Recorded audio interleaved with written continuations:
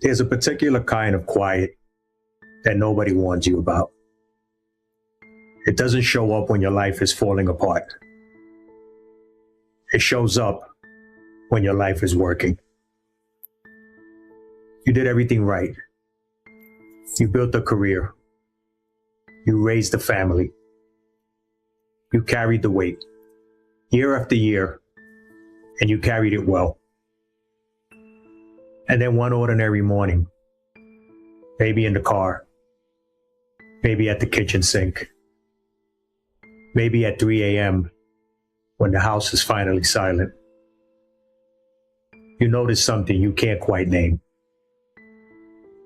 The walls of the life you built feel like they're closing in. And nothing is wrong on paper.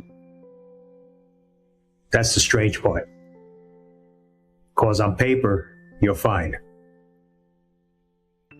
But somewhere underneath the fine, there's a question you've been trying not to hear. And that question is this it?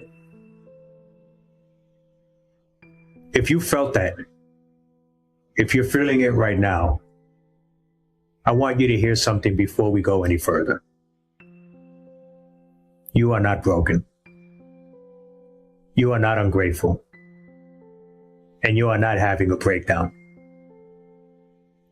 In fact, what may be happening is you might be waking up.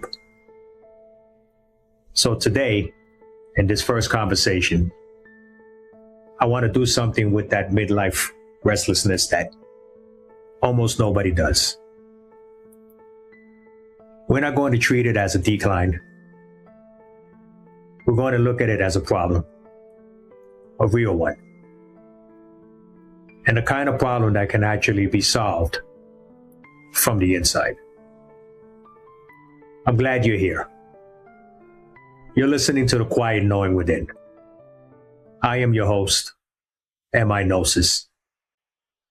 And this is a space to slow down, turn inward, and make sense of the second half of life. No noise, no hype, just the quiet knowing that's been waiting underneath it all. Let's begin. Before we go deeper, a word about who's talking. I'm not going to perform any wisdom for you. In fact, I'm closing in on 60 years of this earth. And most of what I know, I learned the slow way. Through the good choices and the bad ones.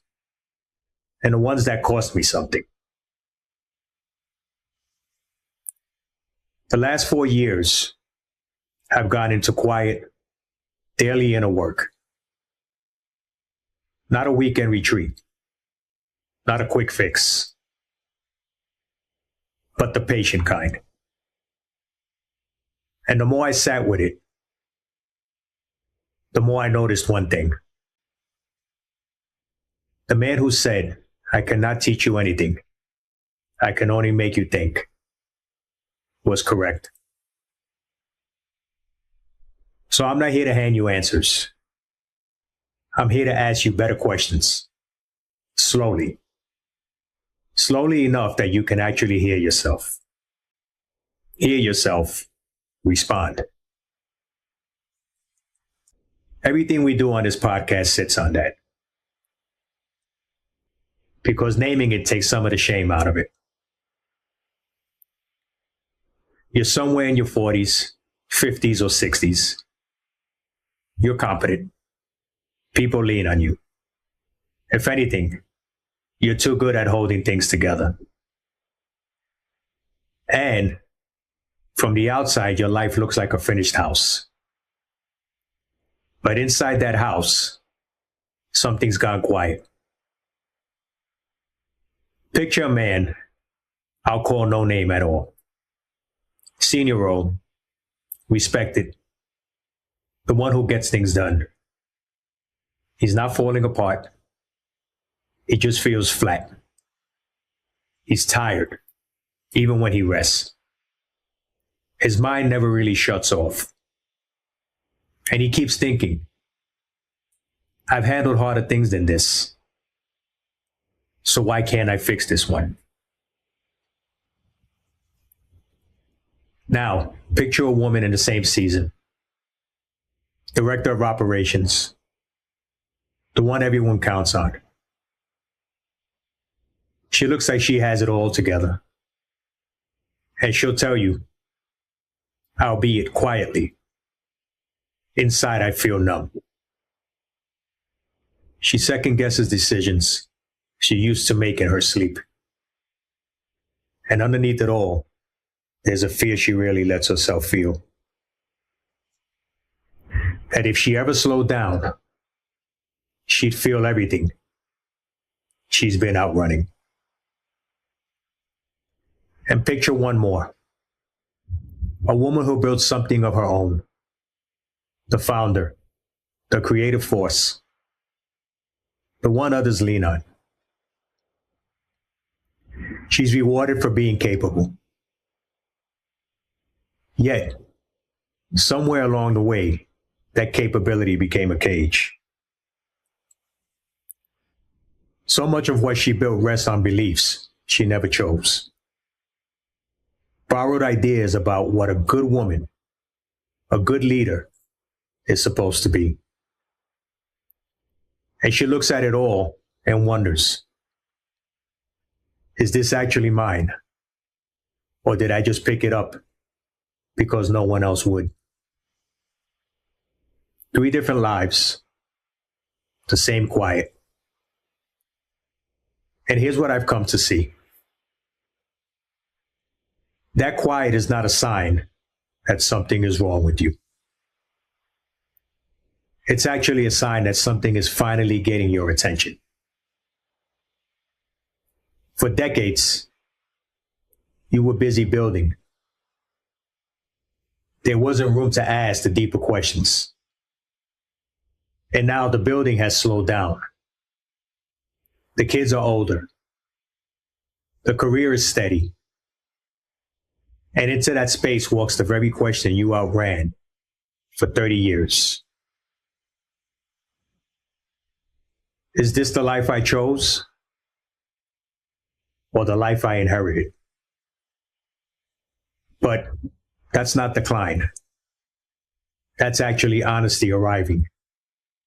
Albeit a little late, maybe, but actually right on time. If any of this is landing, I just say, stay with me through the whole thing. The first one matters. And if you're watching on YouTube, a quiet subscribe is enough. It just means the next conversation finds you when it's ready. No pressure. We're not in a hurry here. So let's get to the real reframe. Because if you're going to solve a problem, you have to see it clearly first. You see, most people, when they hit this wall, look outward. They think the problem is the job, or the marriage, or the city, or the body that doesn't bounce back the way it used to. So they change the outer thing. New job, new house, new routine, sometimes new relationship. And for a little while, it actually works. But then, and you may have noticed this already, the same flatness comes back. The same restlessness, the same quiet, only in a brand new setting. Why? Well, here's the way I've come to understand it. The life you're living on the outside is actually being run by something on the inside. Think of an architect's drawings. Long before a single brick is laid, there's a set of plans. Every wall, every doorway, every room that exists, and every room that doesn't, was decided on that page first. You are living inside a structure like that. But here's the part almost nobody stops to consider. You didn't draw most of those plans.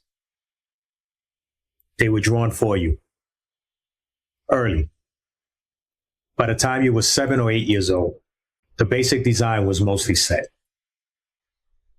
What love is, what safety costs, what you have to do to be worth something, what's allowed for someone like you, and what isn't.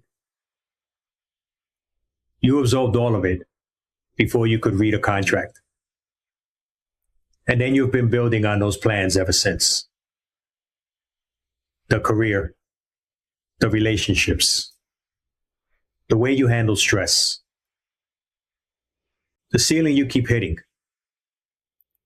All of it tracing lines that were drawn a long, long time ago by people who were working from their old plans too. So when the midlife quiet hits, here's what's really happening. For the first time, you're standing far enough back to actually see the design. And part of you is realizing, I'm not sure I'd draw it this way now. That's the whole crisis right there. It's not that your life failed. It's that you've outgrown the plans you were handed. And no one ever told you those plans could be redrawn. So sit with this, because it's the foundation of everything else we'll do together. Your outer life is the building. Your inner design is the plans. And you cannot renovate a house by rearranging the furniture. You have to go back to the drawing. Now, I want to give you the single idea this whole podcast rests on. If you take nothing else from today, take this. Your inner world generates your outer world. Listen slowly. Not your inner world reacts to your outer world. It's the other way around, the other direction.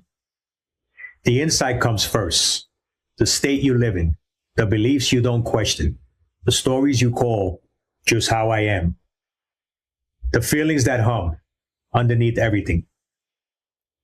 The inner climate is quietly producing the outer life you keep finding yourself in. I know how that can sound if you spend a career being practical. So let me be careful here. I'm not saying the outside world isn't real, because it is. Or that hard things aren't hard, because they are. And I'm not handing you some idea that you can think your bank account full of or wish a difficulty away. That's not it. What I'm saying is simpler and steadier and far more useful. The meaning you live inside, the lens you look through, the inner posture you carry into every room is shaping what you notice, what you reach for, what you tolerate, and what you walk past without seeing. And that, over years, quietly shapes the life. Old idea, by the way. The oldest there is, actually. People have circled it for thousands of years in 100 different languages. And I'm just going to call it what it is, plainly. The inside is the cause, and the outside is the effect. When that lands, I mean really lands, something relaxes in you. Because it means the place to work is finally a place you can actually reach. Not the whole world, just the one inner room you've always had the keys to. And when we're done here today, I'm going to point you toward a simple first step, a way to begin instead of just thinking about beginning. Now hold that thought. It's coming. For now, let me show you what this looks like lived. Because an idea you can't feel isn't worth much, right? Let me give you an example. Think of an old radio. The music isn't in the radio, right? The signal is everywhere in the room, all at once. Every station, all the time. What the radio does is tune. What you do is tune that radio. Turn the dial one way, you get static and noise.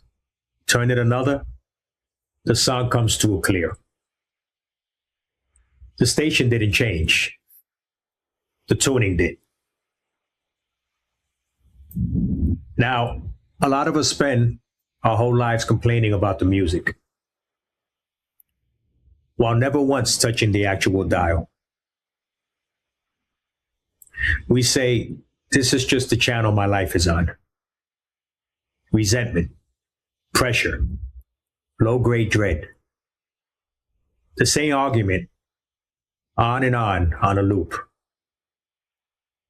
And we treat it like weather, like it's happening to us. But what if the quiet you're feeling right now is actually your own hand finally reaching for the dial? Not to escape the room, just to tune to something more real, truer. That's inner work. It's not dramatic. It's a small turn made on purpose, again and again and again. Now here's a second one. Think of a mirror. A mirror doesn't argue with you. It doesn't flatter you. It just shows you what's actually in front of it. Your outer life does the same thing, if you let it. The people who keep frustrating you in the same way, the situation that keeps repeating with different faces, the reaction you swore you'd never have again, and there it is again. Most of us look at all that and ask, why does this keep happening to me? But a mirror doesn't answer the question, why is this here? It actually answers a different one. It answers, what in me is this reflecting back? Now that's not blame. Let me say that clearly. Because the practical mind hears it's your fault and shuts the whole thing down. This isn't about fault. It's about responsibility in the original sense. The ability to respond. The patterns in your outer life are a mirror. And a mirror is the most honest friend you'll ever have, if you can stand to look. Now, one more. And this one tends to stick. There's a thermometer and there's a thermostat. They look like they do similar jobs, but in actuality, they don't. A thermometer reads the temperature. It reacts. Whatever the room is, it reflects it back. Hot room, high number. Cold room, low number. It has no say. On the other hand, a thermostat is different. A thermostat sets the temperature. It decides what the room is going to be. And then, quietly, it works to make the room match. Now, Most people live their whole lives as a thermometer. Walk into a tense room, you become tense. You get bad news, your whole inner world drops. Other people's moods, the day's events, the headlines, all of it just sets your reading, and you call that being realistic. The man I described earlier, for 30 years, a thermometer. The outside set the temperature, and he reacted. And he called it responsibility. The woman, the same. Reading everyone else's weather. Never once setting her own. The work of this whole series of this podcast in a single image is this. Stop living as a thermometer. Learn, slowly, patiently, to live as a thermostat. Not by force. Not by pretending. By going back to the inner design and asking, for the first time as an adult, what temperature do I actually want my life to be? Now, let me get ahead of something here, because the practical part of you is already asking it. If I redraw the inner design, why does the old pattern keep coming back? Fair question. But I have two images for that. The first is the seed and the soil. A new way of being is a seed. It's small, it's quiet. You can't see it working for a while. And if you plant it and dig it up every 3 days to check whether it's growing, which is exactly what most of us do, nothing ever takes root. You watched a man try a practice for 2 days and quit because he didn't feel different yet. You watched a woman start journaling, then meditation, then prayer, and drop each one the moment life got loud. That's not weakness. That's just someone who was never told that the soil works in the dark, on its own schedule. And the job is to keep showing up and stop digging. Because real change is not agriculture. It's not instant. You plant, you tend, you wait. Now think of a difficult passage of music for those of us who play instruments. You sit down to play it, and you stumble. You stumble at the same bar every time. And it's tempting to decide the piece is just beyond you. But the stumble isn't a verdict. It's information. It's the music showing you exactly where the work is. Each time through, your hands learn 1 more inch of it. And one day you play straight through that bar without thinking. Not because the passage got easier, but because you grew into it. Your repeating life pattern is that bar of music.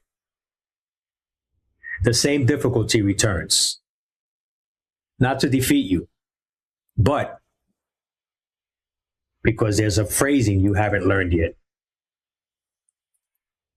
And every time it returns, it's asking the same quiet thing. Are you ready to learn it this time?